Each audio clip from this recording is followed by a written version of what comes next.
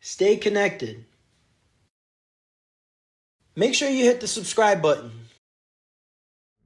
Tim Bennett here from the Cortland Voice, and I'm here with David Neal. And David is here to speak about a great event that's going to be occurring in our Cortland community. David, welcome. Thanks, Tim. It's great to be here with you. Okay, so tell us, tell us what's going on. Well, we are um, the Arts at Grace and the SUNY Cortland Choral Union are co-producing an event on May 1st, Sunday, May 1st at 3 o'clock. This Hmm. is our first full performance back since the beginning of the pandemic. Our last concert of this sort was in January of 2020, and we've all been in hibernation between then and now. So we have a very, very special project that we're putting on. It's called Considering Matthew Shepard. Okay. Just a little bit of background about the title and the nature of the work. Matthew Shepard was a young gay man who, at the age of 21, was a student at the University of Wyoming, and he was brutally murdered in a hate crime, an anti-gay hate crime, and he has become a cause since then. There's been a play written about him. The piece we are going to do is a wonderful musical um, pastiche. It's really a piece for chorus and small chamber ensemble, 8 member chamber ensemble, that talks a little bit about his life with comments from his parents and his own journals. Basically, takes on this subject Okay. full tilt to give a bit of the background of it, and then in a way to bring reconciliation, to bring everybody together, to musically both depict the story and also bring people together to prevent this kind of thing. So it's a beautiful piece with music in many different styles, ranging from classical to folk to gospel to old hymn tunes and all sorts of things. And it all adds up to this one beautiful piece of music. Now, how many people would you say are actually involved in this? I mean, is it 10 people? Is it 30? Is it 100? Like, how I big is the have production? thrilled this semester. I'm on faculty at SUNY Cortland, and part of my load is conducting the choral union. And I'm also artistic director of the Arts at Grace, so this is a collaboration between those two entities. We have a 42 member chorus, Okay. 13 members of which are students, and many of them are taking featured solos. And the balance of the chorus is made up of community members. We have a SUNY Cortland staff member who plays Matthew's mother in the show. And the ensemble is an 8 member chamber ensemble.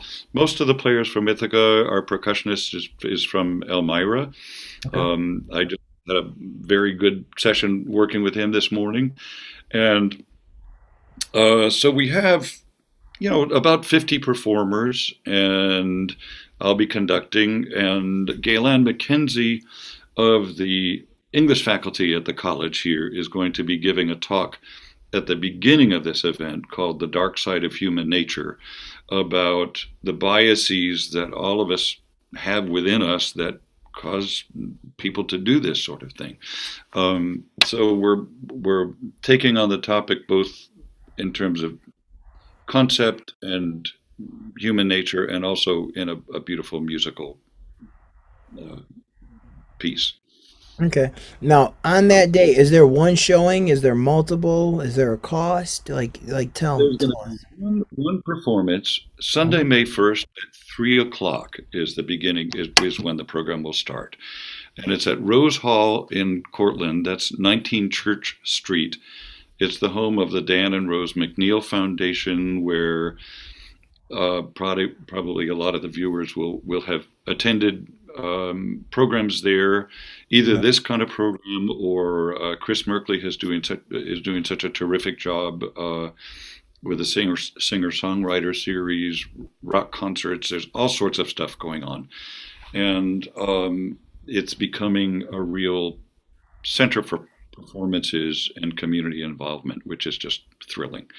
So at 19 Church Street, Cortland, Rose Hall, and it seats about 400 or so, and we expect we will be close to that. We're hoping. So Beautiful. thank you and your help with giving us some publicity on this. For sure. Now, do they have to register, or is it just first come first serve, or what's it going to work like? First come, first serve, and there is no cost. It's a free Okay. concert. We happily take donations. The Arts at Grace puts on uh, uh, concerts either by professionals or professional and community, which is what this one is. Mhm. And we fund it through personal donations, grants.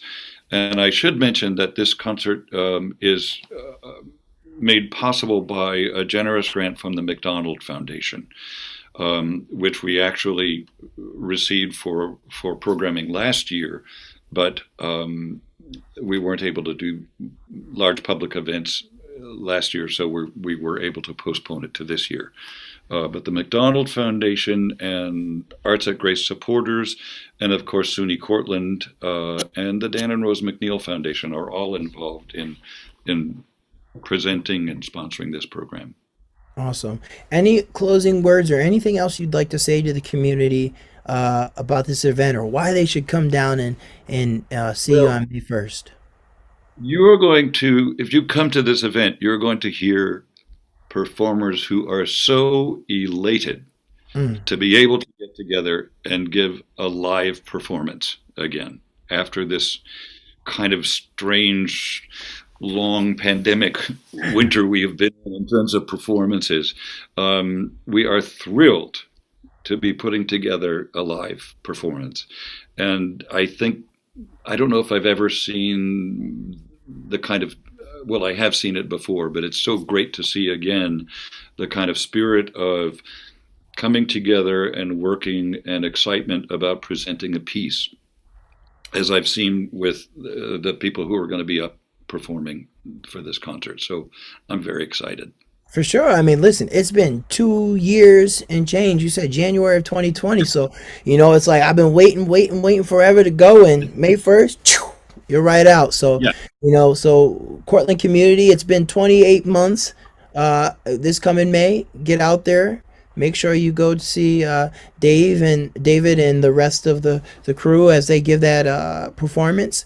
Once again, this is Tim Bennett. Thank you, David Neal, for joining, and we thank you for supporting the Cortland Voice. God bless. Thanks so much, Tim. Stay connected. Make sure you hit the subscribe button.